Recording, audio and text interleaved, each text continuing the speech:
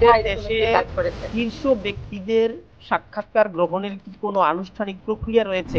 আমি যদি এখন প্রধান উপদেষ্টাকে একটা ইমেল করে বলি যে আমি মাননীয় প্রধান উপদেষ্টা আপনার সাক্ষাৎকার গ্রহণ করতে চাই, জীবনে কি ওই সাক্ষাৎকার গ্রহণের জন্য আমাকে অনুমতি দেওয়া হবে, এরকম কি কোনো প্রোটোকল আছে? ট্রেন্ড বলে যে উনি বিদেশি মাধ্যমে বেশি সাক্ষাৎকার দেন, দেশি মাধ্যমে কম।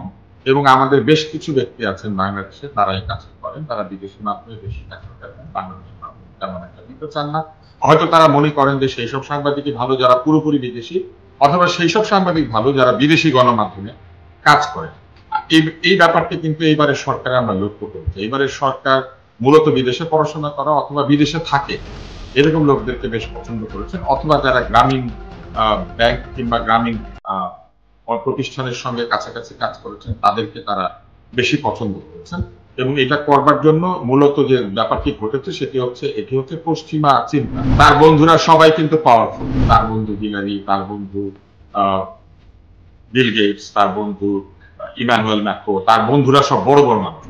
তার বন্ধুরা সারা দুনিয়াতে রাষ্ট্র পরিচালনা করেন, বড় প্রতিষ্ঠান পরিচালনা করেন, ড্যানোনের সিইও কিংবা জিনেদিন জিদান। আমরা সবসময় এটাই জেনেছি এবং এই কারণে আমি বলবো যে তার ভাতিজাও তার টিমে আছে। তাহলে কি গণমাধ্যম তার নিজের জায়গায় আসলে দায়িত্ব পালন করছে?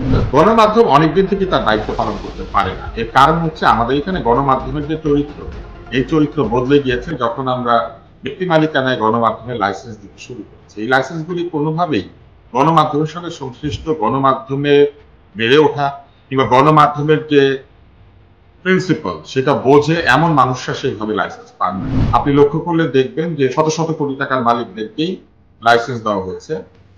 তারা কিন্তু এমন নয় যে তারা ব্যক্তিগত পয়সায় চ্যানেল করেছেন, সবাই ব্যাংক ঋণ নিয়েছেন এবং অনেকে ডিফল্টার হয়েছে।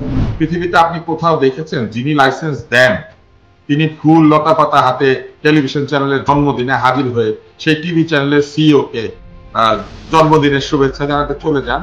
আমরা দেখেছি বাংলাদেশে টেলিভিশন চ্যানেলে মন্ত্রীরা লাইন দিয়ে কিছুদিন আগে যাকে চ্যানেলের লাইসেন্স দিয়েছেন বাইরে বসিয়ে রেখেছিলেন, হালকা পাতলা ঘুষটুস খেয়েছেন বলে অভিযোগ আছে। আর আমার সাথে তর্কে না দেওয়াই ভালো, আমার কাছে প্রমাণ আছে কারা কারা ঘুষ খেয়েছেন। ফলে যার হাত থেকে ঘুষ খেয়েছেন তাকে তিনি টিভি চ্যানেলে হাজির হয়েছেন, ফুলের মালা, ফুলের তোড়া দিয়ে হাজির হয়েছেন। এই প্রক্রিয়া বাংলাদেশে চালু হয়েছিল কেন? কারণ এরা সিম্বায়োটিক হয়ে গিয়েছিল, মিথজীবী। প্রত্যেকের পিঠ বাঁচায়। এক নদী দখলকারী আরেক নদী দখলকারীর বিরুদ্ধে রিপোর্ট করছেন, কারণ ব্যবসায় সমস্যা। কিছুদিন পরেই দেখেছি তারা সেই দখল করা নদীর উপরে দুইজন দাঁড়িয়ে হাত মিলিয়ে বলেছেন আমরা এক হয়ে গিয়েছি, আজ থেকে আমরা এক। আবার কিছুদিন পরে আমরা দেখেছি তারা আলাদা হয়ে দুইটা আলাদা আলাদা টিভি চ্যানেল।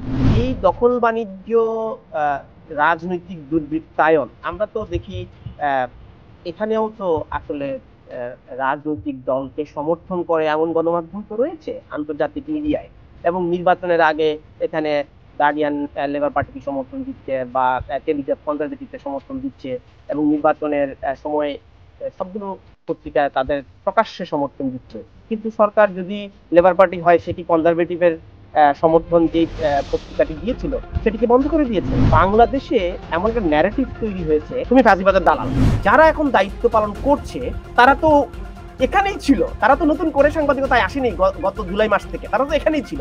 তো তারা তো ভিন্ন আদর্শের রাজনীতি ধারণ করেও এই ফ্যাসিবাদের সময় কাজ করেছে। ঢাকা যাবে দেশে সোনালী পের সাথে।